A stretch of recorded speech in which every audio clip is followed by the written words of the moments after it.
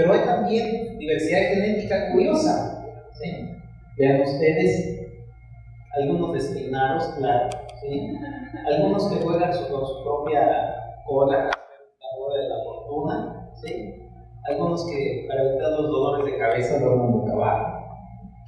Esa es una especie de la costa, murciélago, ¿sí? Para los jóvenes que dicen que estos diseños de peinado ya los inventaron, ¿es cierto? ¿Sí? Algunos muy cariñosos, algunos que se hicieron cirugía, ¿sí? Y algunos que piensan que son enemigos, en realidad son grandes amigos, ¿no? La diversidad en el comportamiento es parte de esa diversidad genética también. Es tan solo para mostrarles distintas expresiones de formas y comportamiento. Vayamos a algunos números para que vean la seriedad, para que vean que sí cuenta lo que yo digo, también se cuenta. Lo pongo de cifras de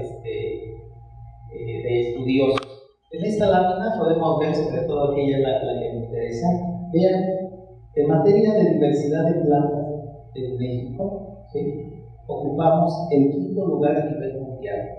Tenemos cerca de 30.000 especies representadas, ¿sí? Solamente en 5 países, no me digan cuáles, no los conozco, ¿sí?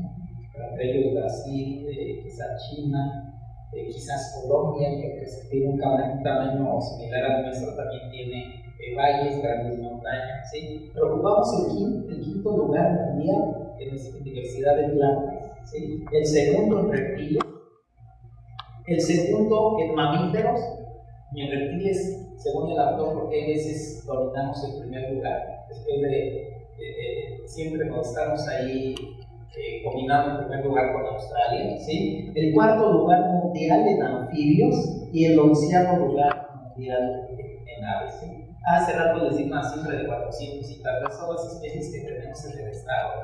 En México son más de 1000 especies de aves. Como les digo, pues tenemos más especies que los 2 países vecinos al norte.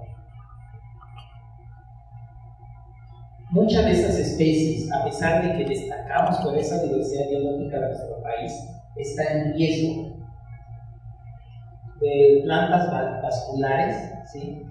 Vean ustedes, aquí están las amenazadas, que son las zonas moradas de los pasteles, las que están en peligro, las probablemente extintas y las que tienen hoy en día una protección especial, ¿sí? De cerca de 1000 especies que tenemos en alguna categoría de amenaza de plantas en nuestro país, ¿sí? 344 están amenazadas, 142 están en peligro, probablemente 4 de ellas ya desaparecieron. Y déjenme decirles que cuando una especie desaparece, desaparece para siempre. Ya no habrá oportunidad de recuperarla, ¿no? Y así lo podemos observar para el caso de los vertebrados, ¿sí? Que incluye peces, anfibios, reptiles, aves y mamíferos, ¿sí?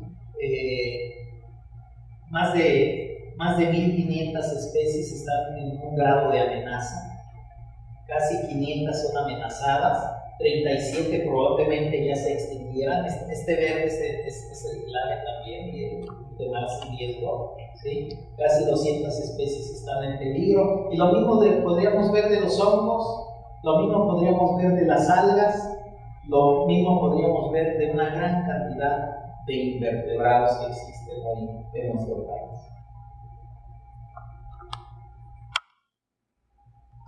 Otro factor importante en el cual nosotros hemos intervenido para alterar esta riqueza, esta diversidad biológica de la cual he venido señalando, ha sido que nosotros colaboramos en mover a las especies.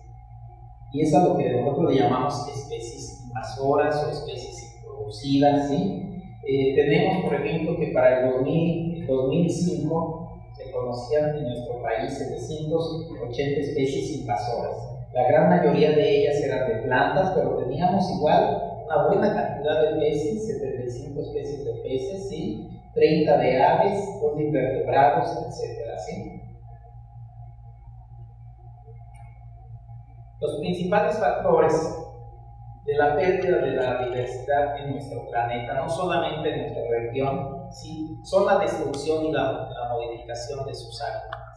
Si no tenemos la casa o el espacio donde viven las especies, pues obviamente la casa se va con todas las especies. Algunos de los factores que destruyen el hábitat son el cambio de uso del suelo en primer lugar, ¿sí? Los incendios forestales, aquí está el cambio de uso del suelo, ¿sí? Destruyen para innovar supuestamente otra actividad productiva, más productiva, ¿sí? La contaminación o la cacería directa e indiscriminada, ¿sí? La introducción de especies, esta es la especie, la tilapia, no sé si algunos de ustedes la conocen, sobre todo bien frita, yo creo que muchos la han comido. Esta especie es una especie altamente reproductiva, de esas especies que en los programas de las agencias gubernamentales nos dicen, vamos a introducir tilapia para que todos coman. Llega el tilapia, que es de origen africano, que es una especie que modifica, una vez que le introduce en un cuerpo de agua, modifica el suelo, le llamamos nosotros la zona bentónica, ¿sí? la parte del suelo del lago, podemos decirlo así, lo modifica porque ellos hacen nidos en forma de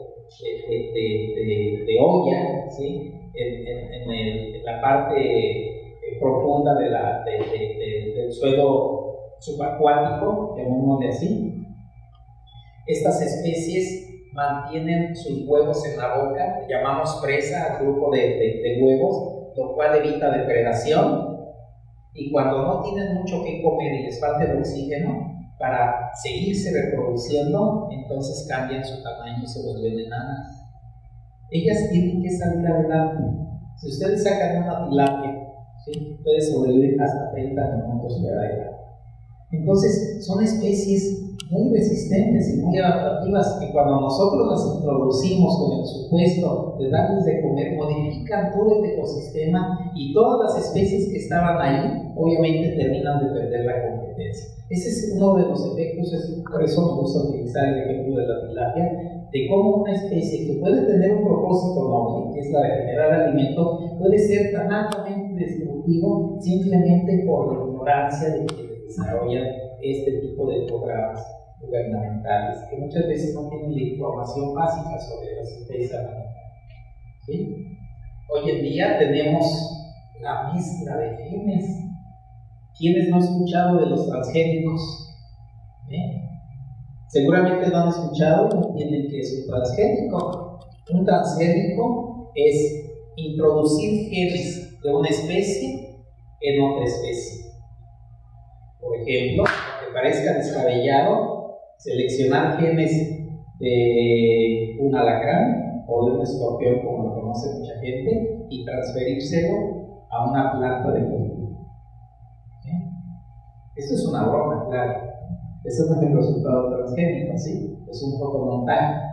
Pero yo lo uso para hacer la expresión del transgénico. El transgénico significa compartir especies, pero genes de una especie totalmente diferente a otra.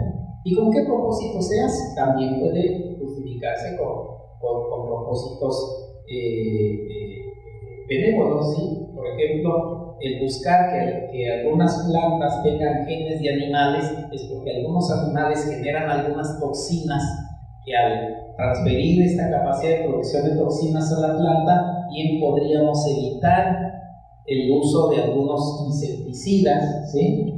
Y estas toxinas producir las plantas y evitar quizás algunos o depredadores o parásitos o enfermedades, ¿sí? Lo que está buscando la transferencia de genes es dar ciertas capacidades de producción genética a otra especie, pero